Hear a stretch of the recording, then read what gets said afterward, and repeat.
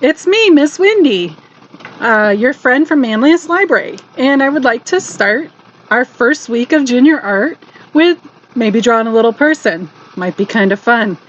Anyhow, a couple of tips to get us started. First, some blank paper will be very useful. And I know it's going to seem weird, but a Sharpie marker or a black felt tip marker will work really great because, you're probably saying, wait a minute, what if I make a mistake? Well, in art, there's no mistakes. So be sure to use the marker because you'll find yourself, if you use a pencil, you'll stop and erase and make it better, or what you think is going to make it better, and really you're just wasting time.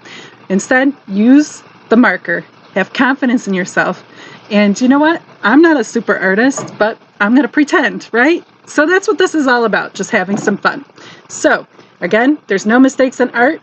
And our number one rule is to have fun. So some key tips that I have are, for this week's drawing, I should say, are drawing eyes. So with eyes, you just need to make the 2 circles, right? Easy enough. Anybody can do that. Within that circle, I'd like for you to draw a little circle, and I have mine kind of off, kind of like the 1 o'clock position on a clock or up towards the top, but not immediately at the top, just slightly off, okay? And then you'll just shade that right on in, leaving that circle not colored in, okay? So that's the tip on the eyes.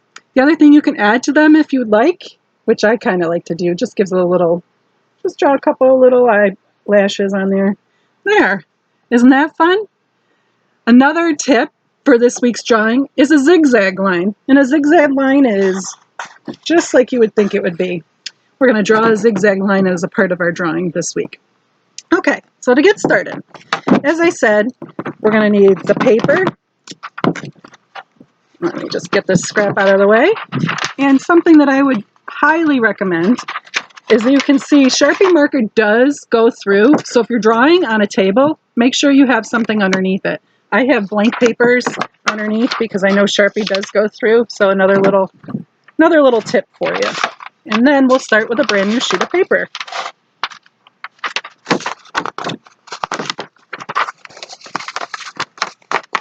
Okay.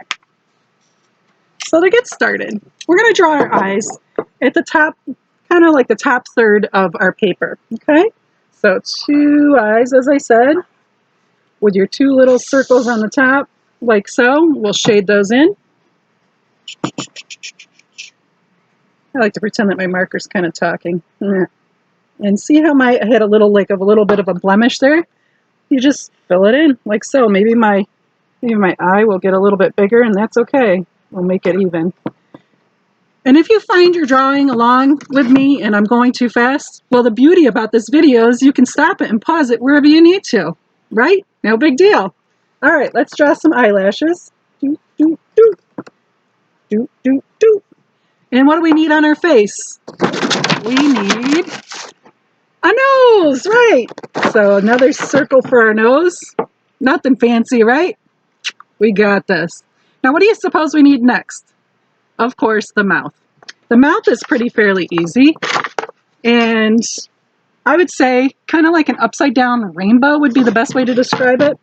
So just go whoop, and I like to draw little kind of curves right here at the top, like that. Kind of end my little smile, right? Awesome. How you doing over there? Good? All right, fabulous. The other thing, just for fun, I'm going to pretend it's a kind of a face, right? So I did a kind of like a U on the side of my smile, like that. Give a little texture to that tongue by drawing a little line down the middle, right? Now, here's where you're going to probably be trying to be a perfectionist. No big deal. What we're going to do is we're going to draw a circle around that face, okay? All right, ready? Let's see how Miss Wendy does. I did it, okay? And you just have to go with it. Just do it, right? All right, so what do we need for our head besides? Hair, ears, okay, I like it. Remember I talked about that zigzag line? Well, let's go back to the zigzag line. The zigzag line is going to be across the top, and it's going to be its hair. You ready? Here we go. There's our zigzag. Fabulous!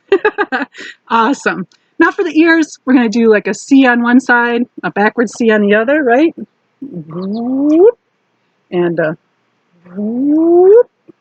And see, my ears don't look perfect, but that's okay. We're not going to sweat the small stuff, right? This is all just for fun. Awesome.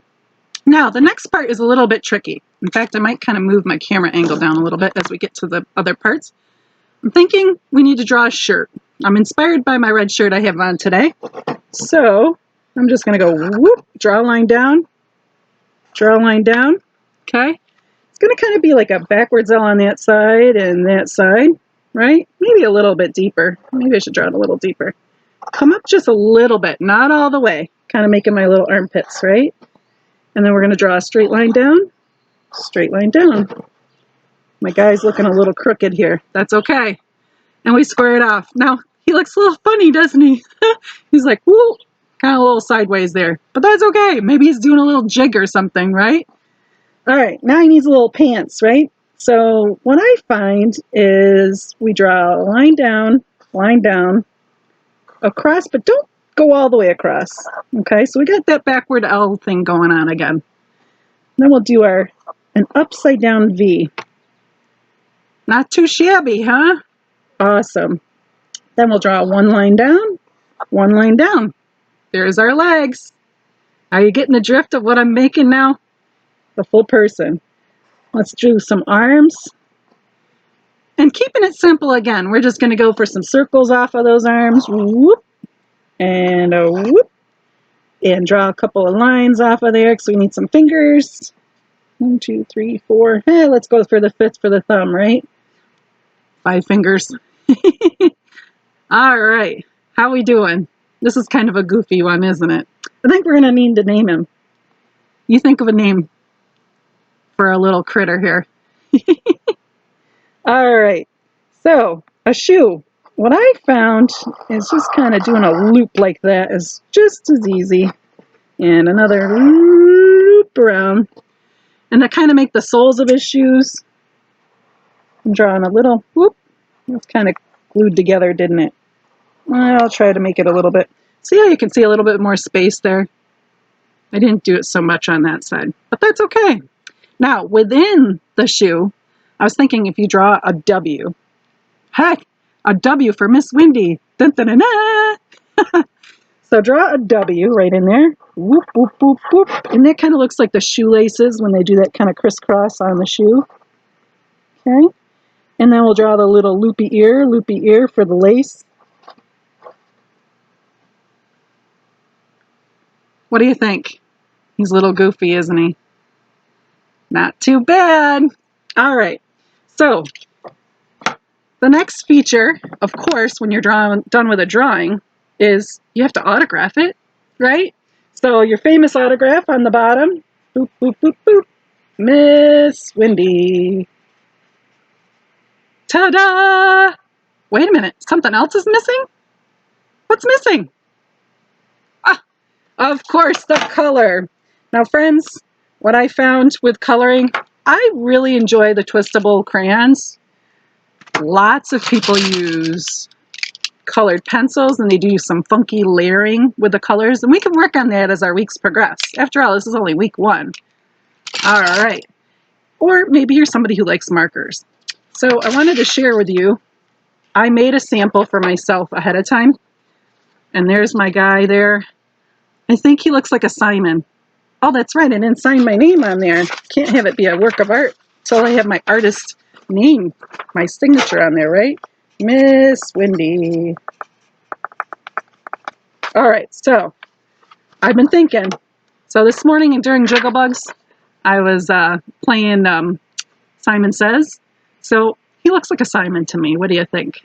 I'm going to name him Simon. So Simon. So I made Simon with a purple shirt. Maybe your Simon will have a blue shirt or a red shirt. Or maybe your hair won't even be the zigzag that I made. Maybe you'll make stringy hair. Or maybe you'll just make a couple little lines on the top like spikes, like a mohawk. Who knows? You're the artist, so you get to decide. So make sure you have some fun with that. A couple other neat ideas I wanted to share with you as you're playing along and you just have some drawing time on your hands with your extra paper. All right. So my daughter Autumn, my daughter Brooke. Woo, wrong kid. Don't tell her I said that. My daughter Brooke created this. So with this, she folded the paper. You can kind of see, kind of down like that on itself. Okay. And you can experiment with your own paper and folds. So I'm not sure if you can see that, but then she drew kind of like an oval there. Do you see that? And she drew her eyes, little hair, a nose. She's got like kind of like a little L-shaped nose there, right? But what's really neat is when you pop that open, it's like, ah, like Miss Wendy trying to sing to you, right? So you can see that bottom half where it was folded becomes the bottom part of the face, and then you got your open mouth there. So I highly encourage you to give a shot at trying to make this yourself, okay? Another idea, it's summertime, maybe it's Shark Week somewhere, right? Maybe you're seeing some fish, who knows? But whatever inspiration you have, again, same idea, where you have it folded. You can see with this that she was able to fold it kind of like in a thirds. Do you see that? And again, if you're a little curious at how to do this, you can stop the video and look back and see in slow motion or however you would like to watch that part. And all she did was draw the fish, right? Like that.